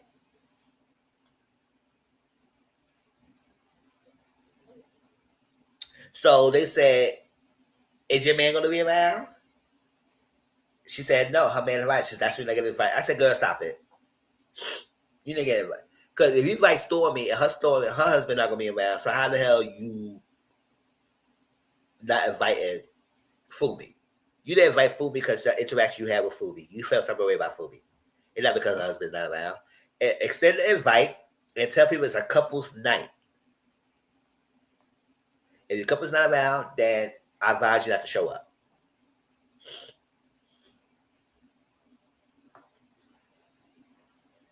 So Kyla says she's not going to the couple's night. And Amber said she's gonna host at the store, at the door. And Stormy said she's gonna host too.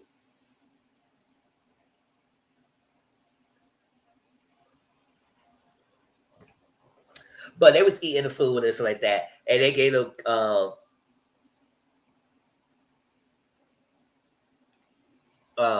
caviar. I said, "Don't give me no caviar, don't give me none of that." I was Stormy. I said, "Listen, I'm a stunning person. I love stunning food. I grew up in soul food. Give me that. Give me that.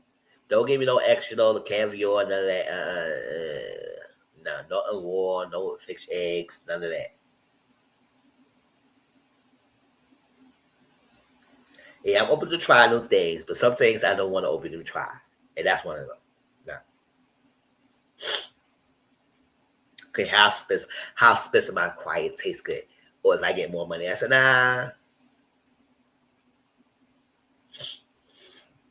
So we have a TikTok live. She invite the ladies to come, right?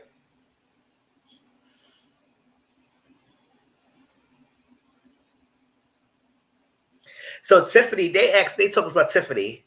What's this Tiffany? She has a surprise wedding. Yes, it's Tiffany. Yeah, it was Tiffany.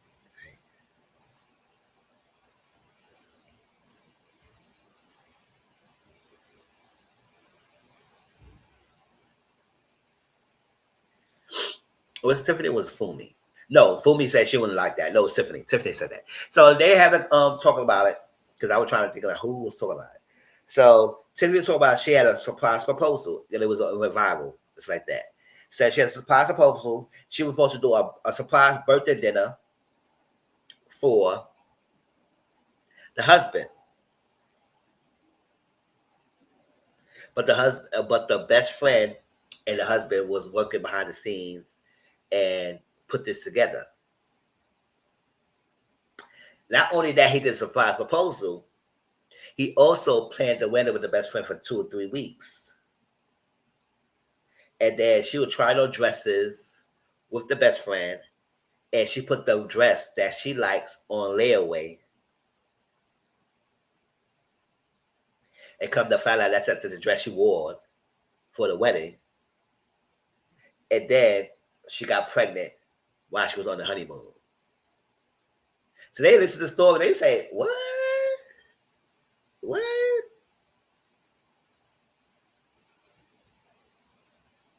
And that's what people say. Well, I would not like that because don't surprise me with nothing. I like to know something like that. People say I would not agree with that. No. So I would say, oh, okay.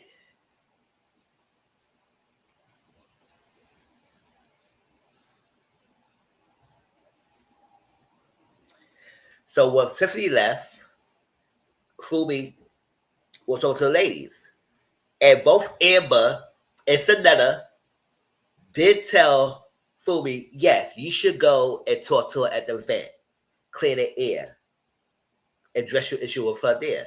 Because you said maybe I would not, maybe I should go and talk to her and everything. They said, yeah, you should go, you should go. But then turn around and act like they didn't say that. I said, yes, I did. Yes, I did tell her that.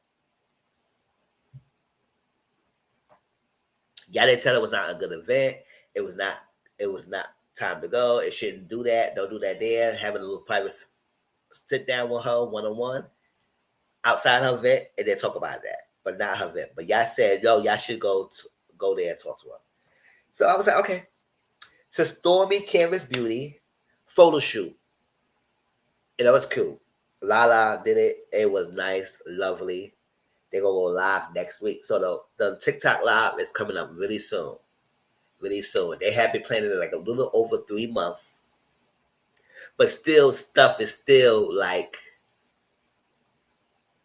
not finalized or not tested or no run.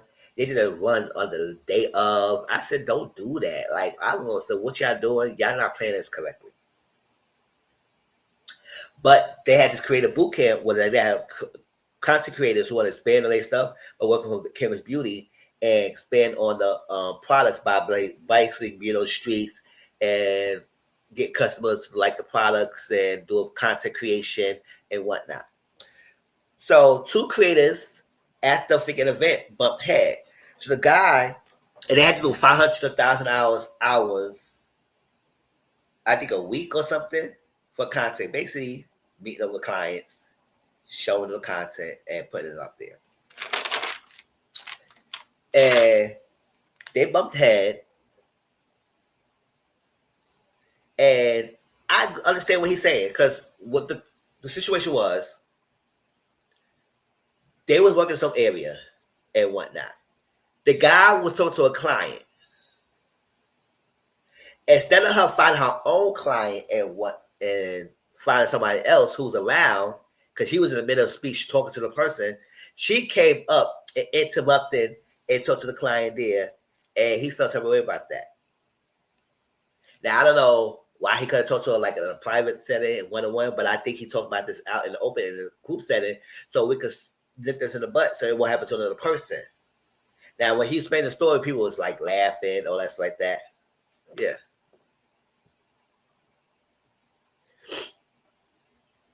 I agree. I felt them too. I understand when he explained it. I said I understand where he's coming from, because it is hard to fill content. It's hard to create it, and it's when you get clients and it's yours. It's like that. Why not speak to someone else? Why you come in and jump into my thing and cause an issue with my content and try to steal a client when you could have had someone who's walking down the street, right the same street, and you could have got them and create your own content. Especially we all need to create content. Listen. So yes. So, and then she was crying and felt like, because people was laughing, and she felt like that. I understand him. I don't think he was coming off as mean and harsh. He was spreading his grievances, and I think that's something she needs to hear. And I agree with him. I think that was not a good luck for you to do that.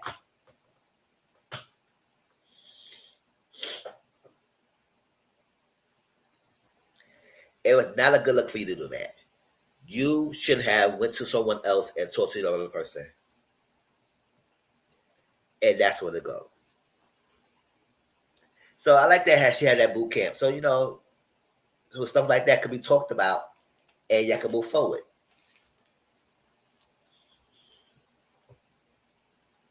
So Kyla was doing a photo shoot with someone, with a client, and she dated Jason. He's 52. They've been together for a year, and he is 17 years older than her.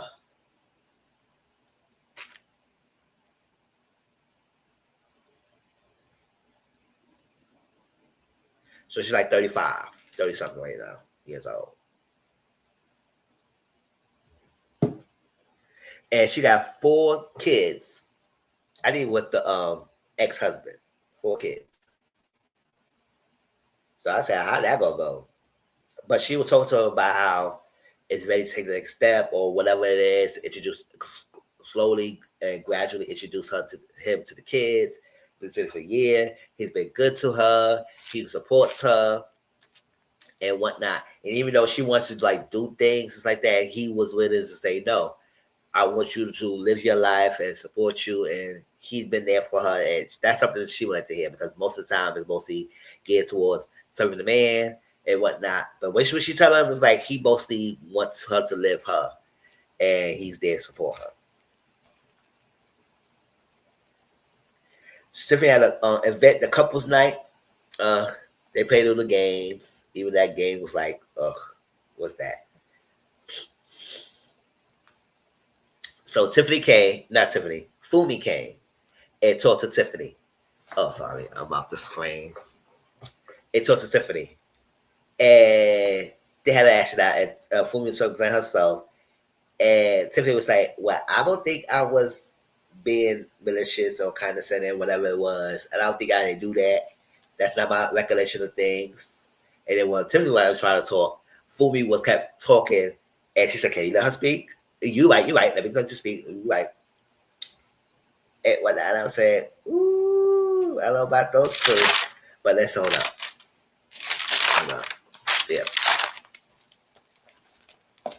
So Tiffany felt like Fumi is assuming things and not actually really asking her what was going on because that's what this conversation is for, and try to see what it is. She saying how she felt. She said her feelings are valid.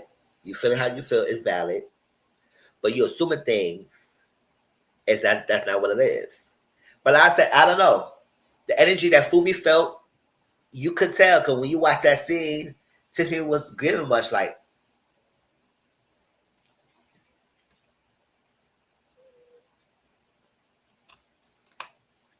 Don't be trying to see my best friend and whatnot. So I don't know, like Tiffany is joking or she really does mean what she says.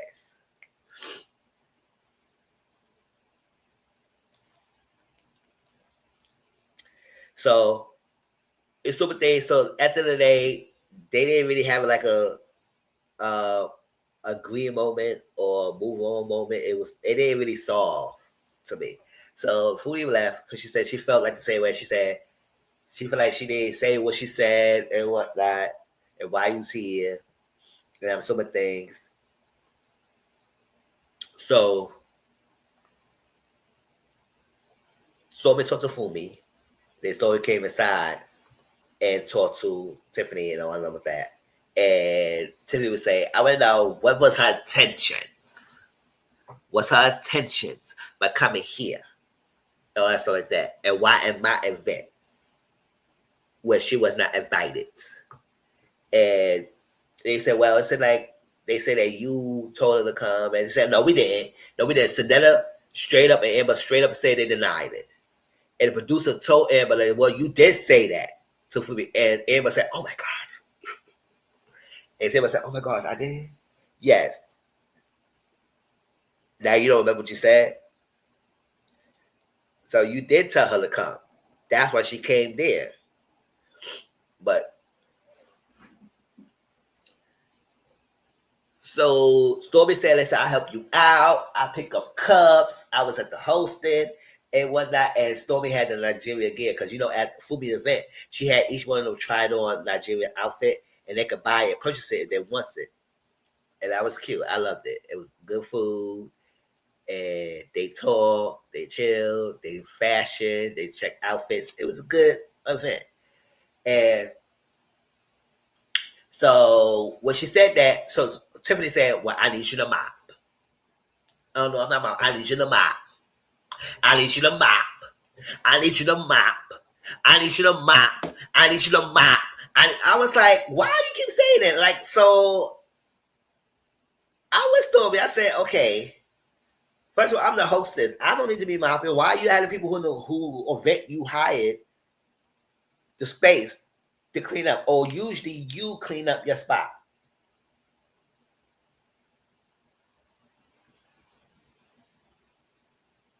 Because you when you rent a space, you do your event, you take what you have to take off, you take what you bought there, and then you leave and they will clean up the space for the next person.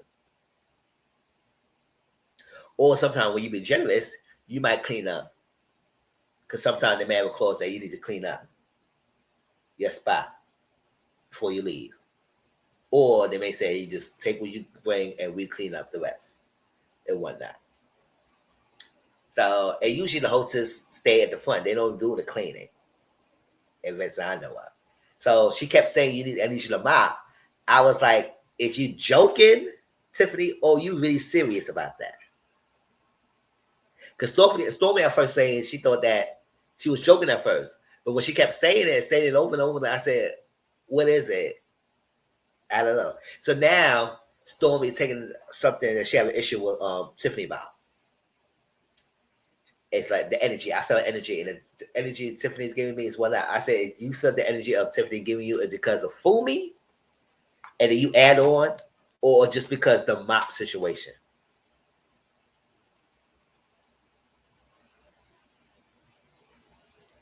Because I don't know.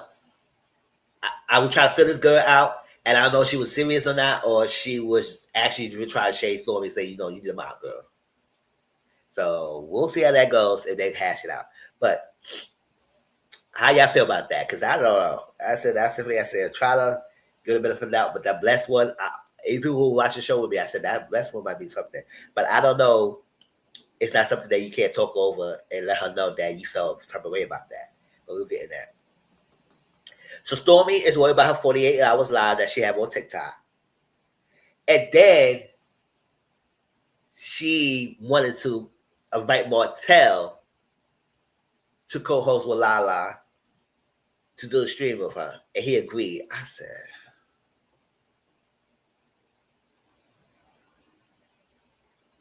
you could have get your husband, your fine ass husband to do it. Somebody else? Well, why can't me? Oh my gosh, how you doing? It's been a long time no see. Hey, morning, Sage.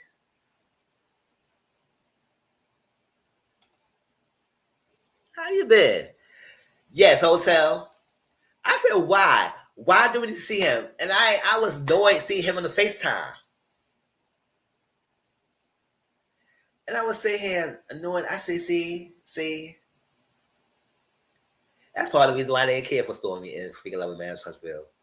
Because out of all the stuff that this guy did, y'all still cool with a Negro.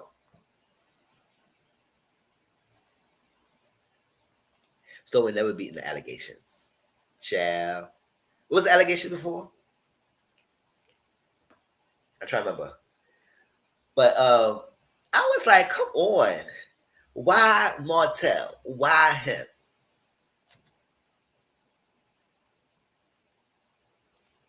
Exactly. They love shipping around this guy. He's effed up his own bag. But she said, oh, well, Martell, elder ladies like to see Martell. He is fine. I said, no, we can't take it away. Yes, you can't take it away that he's a nice looking guy. However, he's ugly because of his actions. It makes him look ugly. We don't care. He should never be on the show because he was on the show. No. We glad we see him on the show because now we know how he is. And no, nobody wants your dusty ass. Other than that figure Arion, who thirst trap for you.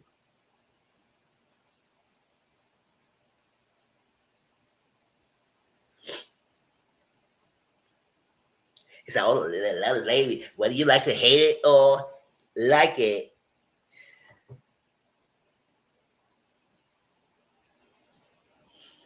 Didn't Melody just asking for back child support and wages scholarship? Listen, I have stopped keeping up with everything that's going on. What that? All I know that they are still legally going through these battles between each other, and Martell is trash. Period. So whatever Melody wants, give it to her because Martell is trash. And he shows numerous and two times that she got evidence on him, stalking, doing all this extra stuff, doing that. I said, boy, you worry about the wrong things.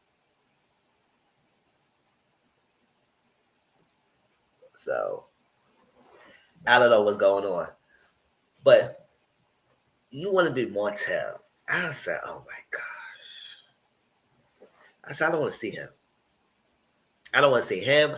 I don't want to see no hot box. I don't want to see no Marsaw. I want to see none of those men crossover on the shows. I can't stand it. You can't show us a good person. We don't want to see you. So out of all the men, you gotta ask Montel. And good, whatever. He agreed. She FaceTimed him. He agreed to do so. Good. So Stormy said she don't like the vibe of Tiffany. So she invited Kayla, Fumi, and Sonetta only. She disinvited Tiffany. So Sonetta, I think Tiffany and Amber were talking, and Sonetta called Amber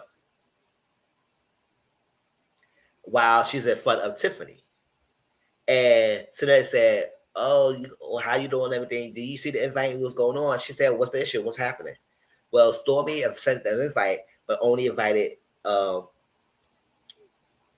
you, me, and Fumi, Kayla, and myself. And so Amber said, "Oh, so she didn't invite Tiffany?" But Tiffany said, "Well, you have a good time, girl." And Tiffany said, "I don't know what happened. What happened? What transpired from my game night to now? Were you disinviting me to your event?"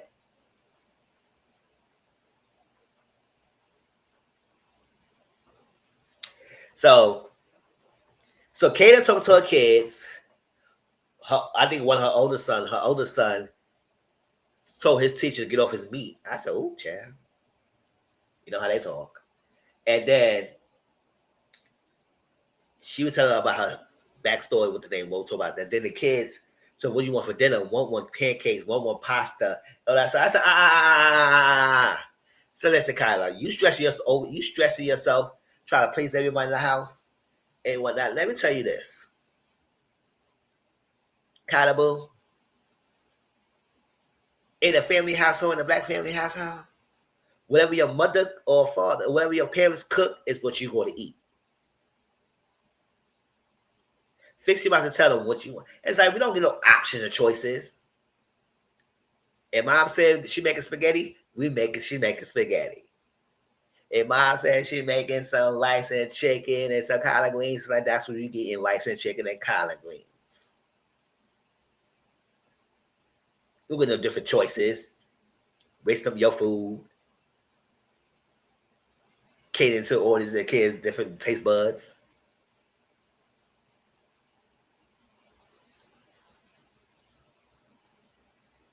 But whatever, she cooked mostly easy meals anyway. Because she said she's not really a big cook.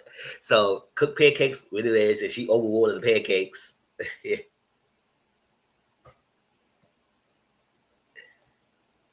Yeah, I cook different things for mine. Oh, okay. I mean, if it works, it works. If you fine with it, you fine with it. Because I know in my household, I want to cook whatever she cooked is what I ate, and she gonna cook nothing that we ain't gonna like anyway. Anyway, so and her cook, I don't know, she dose down the food, so her food be slamming, delicious.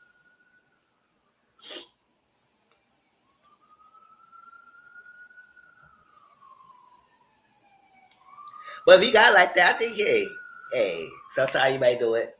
But if it's quick, I think it's no problem because she could put pasta. That's how I grew up, and I didn't try new stuff. Oh, okay. Yeah, it's crazy because because you eat what your mom cook and usually what they usually good at.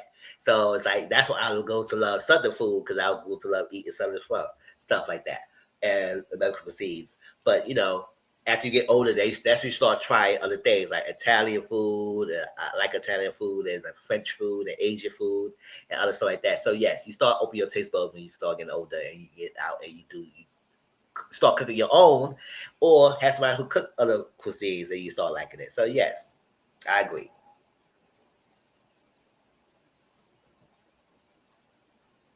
But I think the only way I think you would cook differently if your like kids got different taste buds, like or different allergies, or like that. That you can't cook for one, then you gotta cook for another one. So you have to adjust.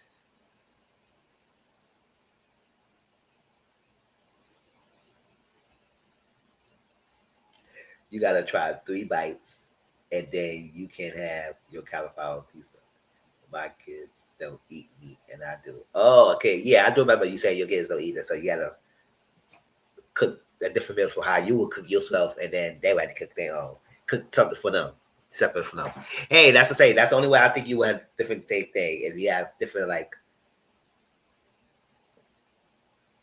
food lifestyles, like one be vegetarian, one eat meat, or one vegan, and one's like that. You got to substitute your meals and probably cook the same way, different ways. So yes, it might be tough if you got different taste buds and stuff like that, and or life food lifestyles. But that's what it is. But it was funny. She said, "Oh, I want pancakes. I want pasta. I want pancakes. I want pasta." And that's like that. And she cooked the pancakes, and then she make the pasta, and then I guess whatever else we want to eat it. And then one of the kids had like a event, and she want her mom there. So I guess she had to ask. I don't know who she was on the phone with. I guess she was the ex-husband or something like that, because we didn't hear no voice. But I think she called and she put it in a voicemail and asked, "Okay, he be there for the other kids in their event?" Because I want to be there for the daughter for her event. So I said, "Listen, as long as you're trying to co-parent and do that, good." But she said when she was having kids with her ex-husband, it was more traditional way. But as they started both working, he took more of the traditional housewife persona thing by being a house husband, take care of the kids and all like that. And she was the breadwinner. And now the divorce, she a full-time mom. So I don't know, full-time single mom, I say, I don't know if the kids, when he has the kids or whatnot, she didn't express much over that. But she said she was growing up, dating. She was 18 years old, 17, 18 years old. She was dating some older guy. And this guy who she married to, who she divorced now, that was a guy. And he met her, and they were sneaking out and whatnot. And they supposed to talk. And at one time, they were trying to agree to tell her mom about their relationship. But her mom sneaked up on them. And they had to tell her. They found out, and then her mom kicked her out at the house.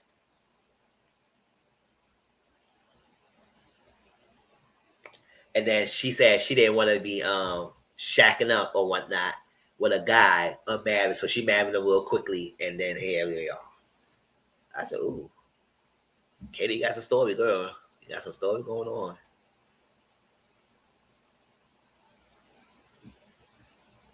So, but then she said, I think she said her father somebody died when she was young, and I don't know she would cause some daddy issues, but I think she said she might have some, but she said it's a need for young for love. And her father figure was not around for those long, so I think she's looking for an internet partner, and maybe that was what she was. So that's what she said. With Jason, he want her to find herself and be more on her ground to herself, and not be all up on the man and dote on the man. Well, I think the ex-husband probably was different from Jason, and wow, it was not. Even though the roles were reversed or whatever it was. So her story is a lot going on with her. But listen, 35, 4 kids. Do we got to do, girl? I hope that ex-husband is doing his part too, because baby, that's too much. So Stormy got the real box, and that real actual box was what's up. That box was legit. It was hard. It was nice. The inside looked nice. That's what it was. So it was better.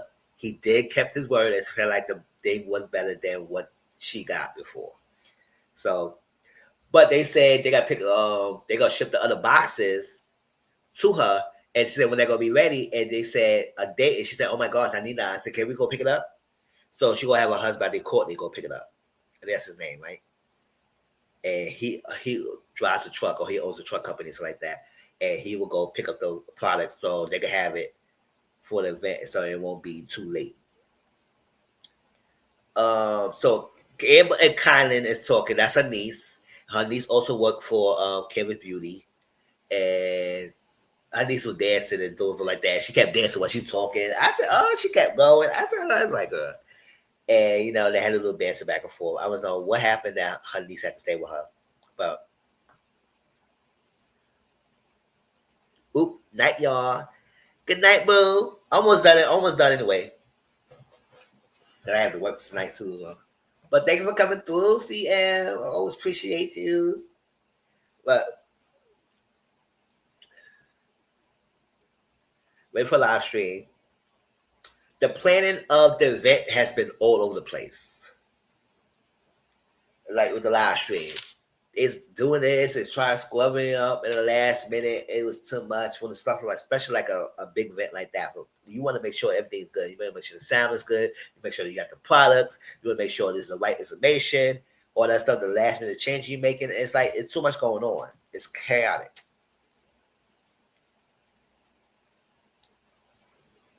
So she said she playing a live stream for like almost 3 months, and they said no sound.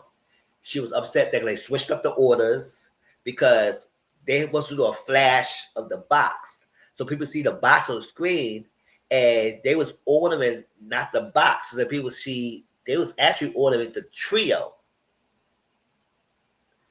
and not the box. So people were looking at the link and thinking they ordering the box.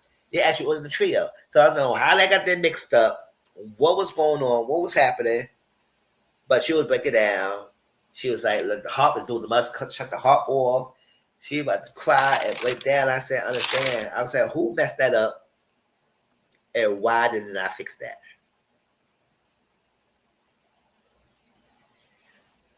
And then when they started looking live, the sound wasn't going.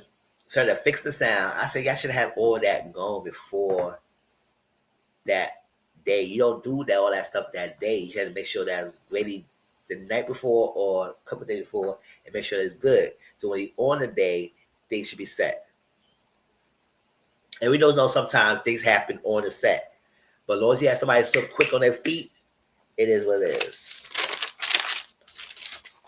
But I was Belle Collector Birmingham, y'all.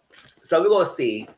Like I do feel like Tiffany, I do feel like that Stormy should have talked to Tiffany and explained to her and have a conversation on why she disinvited her and what was the issue. Because I know we're gonna next episode we're gonna have a little back and forth with this, like because Tiffany was gonna explain. So it's like you talk to Sonetta, and Sonetta tell me that you have an issue with me, and she said so. So we said, what Sonetta said? She said, no, I want to know what was the issue. What you said? What she said? No, what you said? What she said to you? No, what she said? I said, come on, Stormy. Like, what does passive aggressiveness? Tell her exactly what was the issue and why you disinvited her. Because I'm not liking that. You do the most. You invite this girl and then disinvite her and without any explanation. Then tell her nothing. That's messed up. I don't like that. But that was Belle Collective, y'all. That was both Belle Collective and Belle Collective Birmingham. Next week, hopefully, next week, probably Wednesday, I'll probably do Mr. Social Corner, and we're going to talk about some of the topics. We might have to talk about the Drew and the Ralph thing. We might have to talk about Ice Spice of it all, and some other, Meg, and some other people. So, good night. Good night. Love it. Yes, I enjoy y'all too. Hope you enjoyed the review. Please make sure you like the video. Subscribe to the channel if you are new. Share this video. Let people know about me. Let them know about Mitsu. And share that. Share it. Let people know about me. But I appreciate y'all. But yes, I still try to figure out what's the next book we're going to do because I appreciate all the views and people commenting on the last book review that I did, 1,000 Hours Rich Minutes. That was a great book. So I'll try and do another book. I want to do a mystery book. I love mystery books. So I probably want to do that. Or might do a short story. So we'll see how that goes. So stay tuned for that. And then next week we'll do Mr. Social Corner and talk about some social topics. So if any social topics you want me to talk about, if it's online and it's interesting enough to talk about it, hit me on Discord or hit me on Instagram or Twitter and you let me know. All right? Hope you have a good night. Yes, mystery. Yes, I love mystery books. When I was reading, when I'm in my 20s, when I was really reading, oh my God, the hood stories and the mysteries was taking my life. I was loving it. Especially mystery books. All right, y'all. I love y'all. Appreciate y'all. Let me get here, get something to eat, and get my stuff for work, ready for work. And I'll talk to y'all later. Peace out.